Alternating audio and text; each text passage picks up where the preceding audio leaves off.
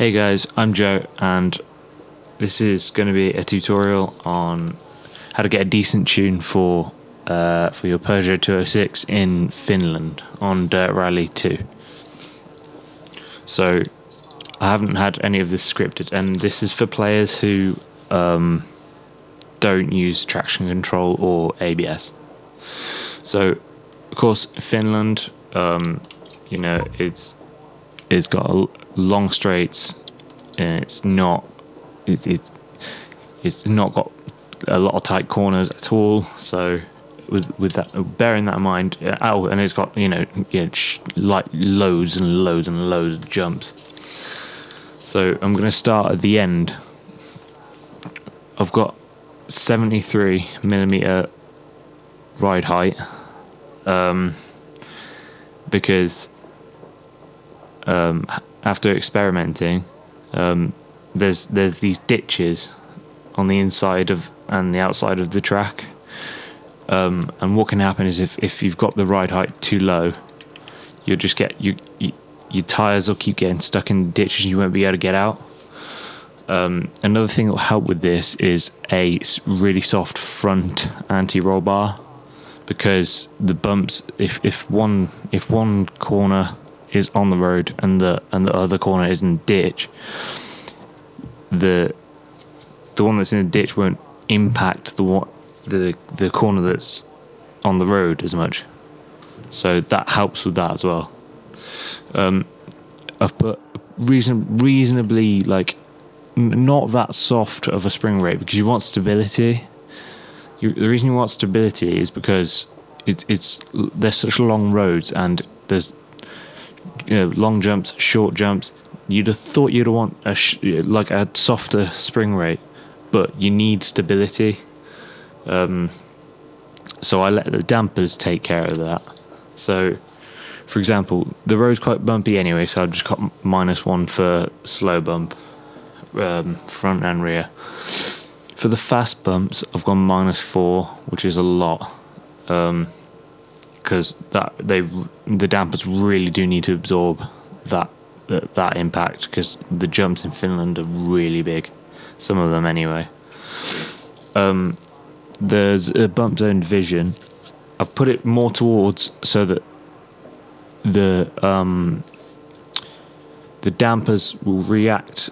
They'll be more likely to react to the slow setting than the fast one, because the thing is, when the car lands, it's going to be obvious. The damper's going to know. Like the damper's going to know, like when the fast bump's going to kick in. So overall, I have it so that it's the slow bump is more likely to be active. And like I said, the damper is going to know once you landed that huge jump, the fast bump's going to kick in anyway. For the rebound, only -1. You want the damper to come back down to the road or the gravel as quickly as possible, really, so you can carry on driving.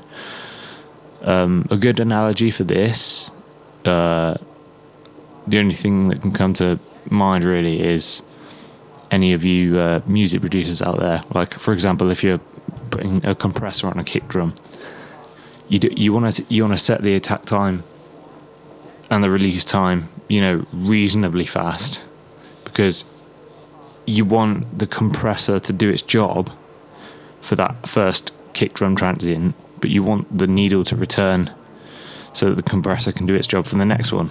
So it's so that it's not already still compressing from the last transient, if that makes sense. So that's the only that's kind of an analogy I can think of off the top of my head. So you don't want like really, really soft rebound, because otherwise it's going to take a while for the wheel to come back out the arch and back down to the ground. Gearing, I've increased 4th gear a little bit. I've increased 5th gear quite a bit for the long straights, and final drive is reasonably long as well, due to the straights, like I said. For the differential, this car's a bit strange because it actually, it's the diff is quite open. If you go to reset tuning, it is actually quite open, all three, front, center and rear. But the thing about it is that you want to be able to turn, obviously. So you don't want it too strong. Center, I've got about medium strength, because the thing about it is I did some experimenting and I had it on like really, really strong, and it just it felt like the car didn't want. It felt like the car was really stiff. It didn't want to. It felt like it just did not want to turn. So I've got it. So although I want straight line traction, as it says on the screen, as much of it as I can get, because like I said, Finland, is a lot of straight roads. I need the car to be able to turn when it needs to turn. Rear, I've got it a little bit stronger, just to help with the turning, just to help with the nice little bit of handbrake turns, just to help get around the corners a little bit better. For the brakes, what I noticed is that I had to increase it a little bit more here.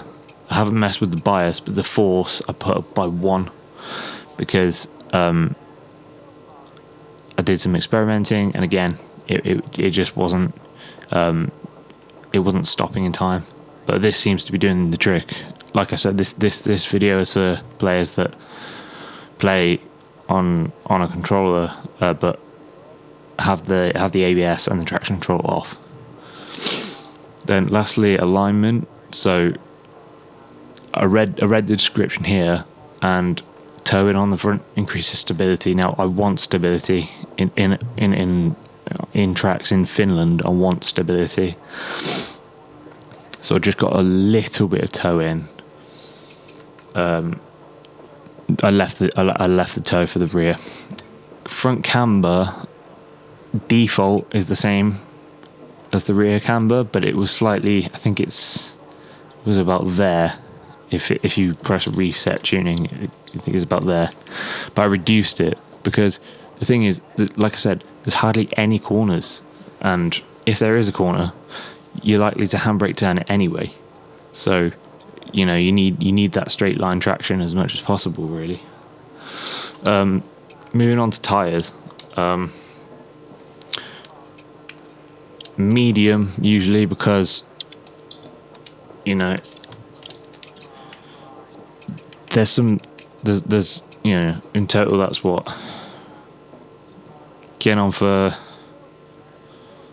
like almost 25 mile. Now I know it's a 4-wheel drive car, so it's not like one axle is taking all of the brunt, but medium tires, I've found that they don't get worn. They get used, but not like worn too badly. So I always go medium. And additionally, I found myself getting punctures, so I tend to keep this on 2. I have 2 extra tires, and that seems to have been fruitful, actually, to be honest. So that's all for Finland, for the Peugeot 206. I hope that's helped somebody out. Thank you very much for watching.